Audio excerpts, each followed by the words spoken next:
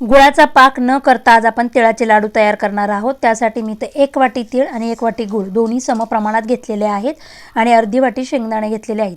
आपण एक 5 मिनिटं हे तीळ भाजून घेऊया। तीळ आपले भाजून झाले की त्यानंतर खरपूस असे शेंगदाणे भाजून घेणार आहे। शेंगदाणे थंड झाले की आपण त्याची साल काढून घेऊया। साल आणि शेंगदाणे आपण झाऱ्याने चाळून वेगळे करणार आहोत। त्यानंतर मिक्सरच्या भांड्यामध्ये शेंगदाणे टाकून जाडसर वाटून घेऊया।